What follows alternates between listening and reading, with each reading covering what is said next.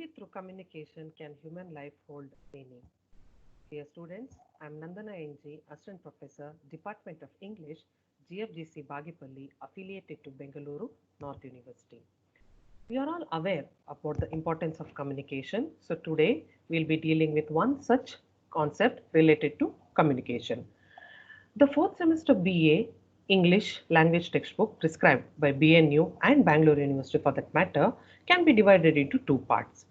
Part A consists of textual questions from prose, poetry and a novel, while Part B is known as the language component where 4 grammar topics are included. Presentation skills is a primary concept in this particular language component there.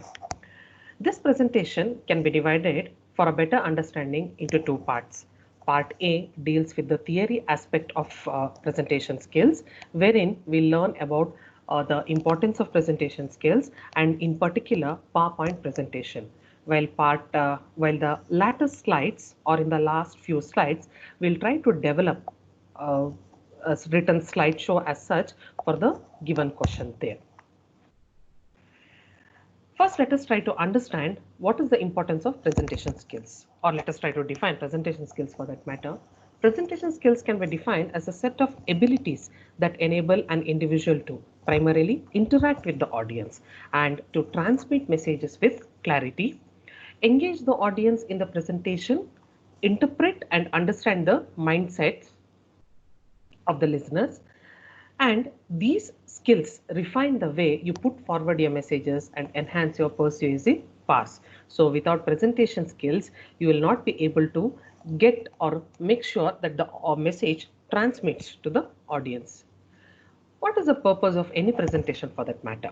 Purpose of presentation can be divided into these 3 points. The primary purpose of any presentation is to inform the audience about a new product or whatever it is that you want to inform, to persuade, trying to convince the customer or the audience either for or against, and to build goodwill. The presenter should always remember that there are a few factors which affects or which helps him to give him a better presentation. The primary factor would be the audience analysis. Never take the audience for granted. Always remember the audience knows better.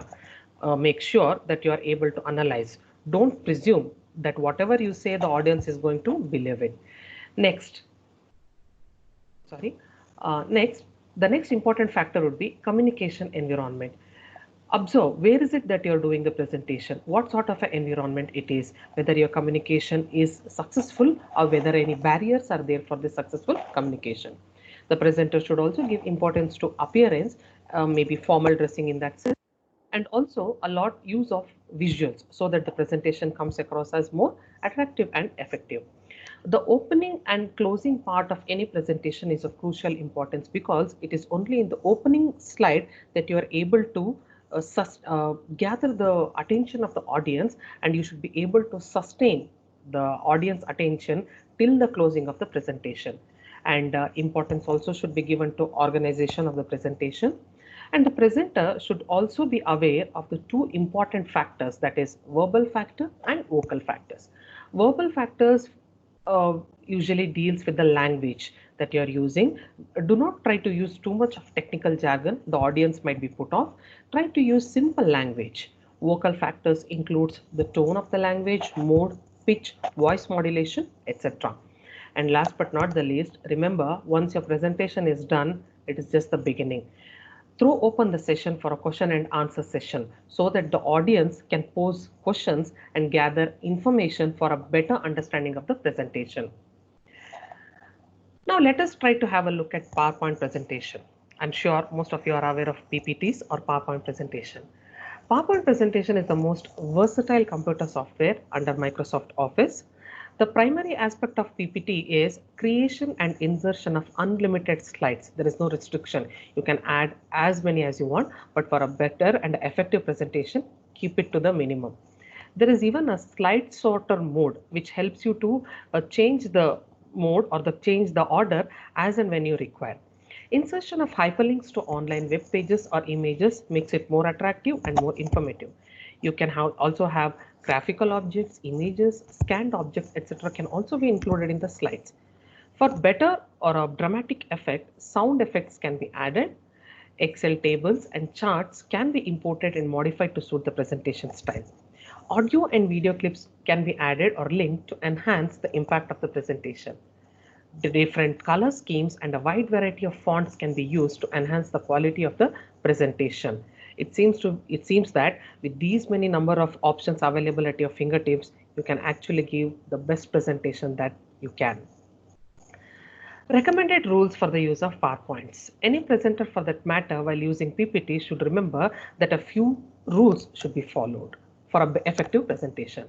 First and foremost, make sure that slides are restricted to 4 or 5 bullet points. That is, in each slide, not more than 4 or 5 bullet points should be there. Each bullet point should be a short phrase or a few words that you can build on. Don't hold pages together or just cut and paste paragraphs from the textbook directly there. Charts and graphs that show trends to be used. If you use animation, use selectively. Use colors, fonts and designs consistently. Use large fonts so that it is easily readable. Remember, the person sitting in the back end of the audience should also be read what is it that you're trying to show in the presentation. And the most important rule would be make sure that the subject matter is free from spelling and grammatical errors. Now let us try to actually work out, or let us try to prepare slides for a given topic. Observe the question. I have taken this question from the model question paper from the 4th semester BA model question paper for the semester exam. Prepare 5 slides that you would use to make a presentation on Save Environment campaign. That is the topic there, Save Environment campaign.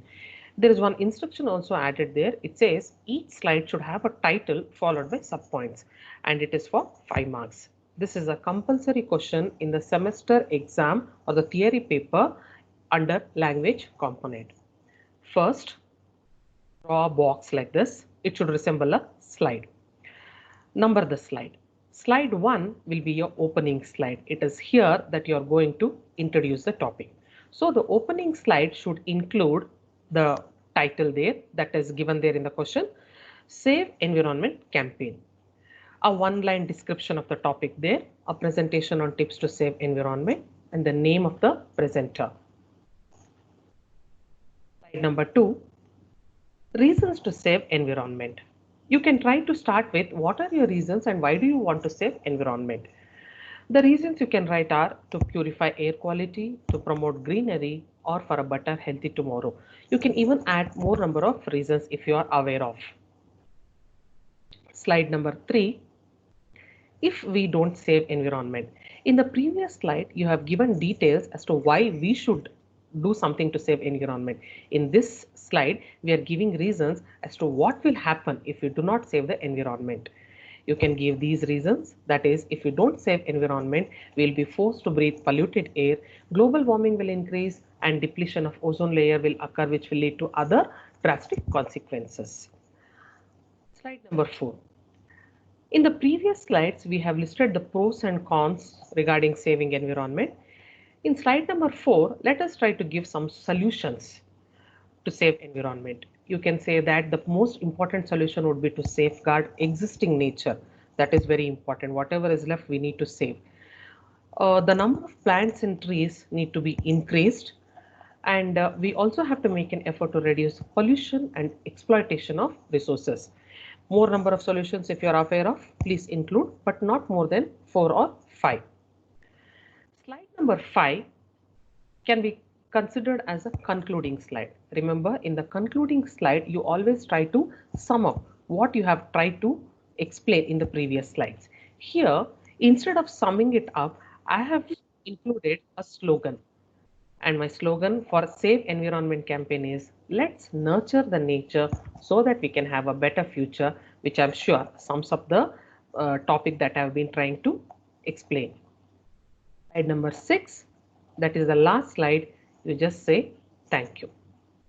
So remember, in a nutshell, first draw boxes or slides. Before that, read the question properly, make sure you're familiar with the topic, and first draw boxes or slides. It should actually resemble slides. Number the slides, not more than 6 slides, and in each slide 3 to 4 bullet points. It should only consist of words, no sentences. Opening slide is very important, and in the opening slide you should mention the title and the presenter's name and one line description of the topic. And in the concluding slide, try to sum up what you have been trying to say throughout.